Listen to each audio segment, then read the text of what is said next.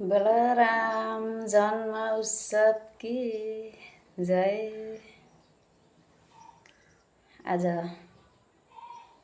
बलराम कृष्णको दाई बलरामको जन्मदिन जन्म उत्सव हो। अब धर्मको चाडपर्व भन्ने कुरा होइन,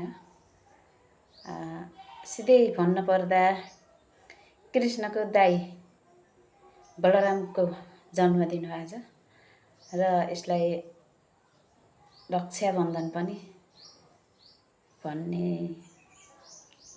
छ चलन।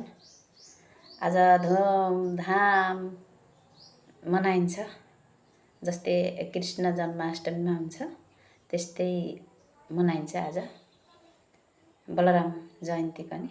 बलरामको जन्म, कृष्णको जन्म मथुरामा भएको थियो भने बलरामको जन्म गोकुलमा भएको थियो।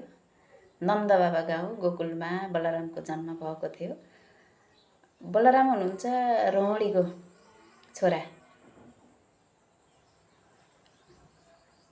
वसुदेवको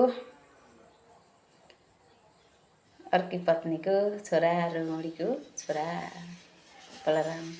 कृष्ण देवकीको छोरा हुनुहुन्छ भने बलराम रोहिणीको छोरा।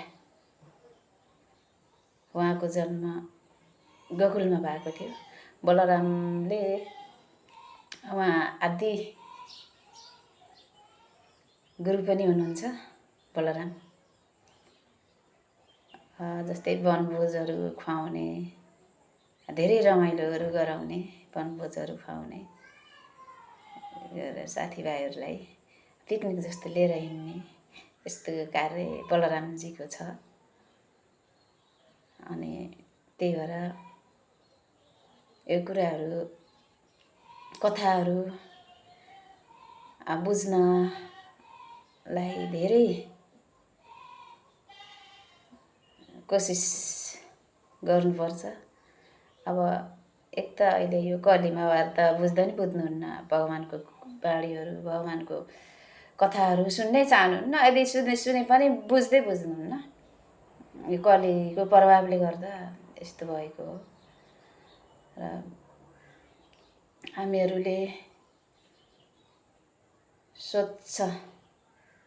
स्वतन्त्र भएर बाँच्न पाउने एउटा अधिकार पनि छ सबैको। म भन्छु एउटा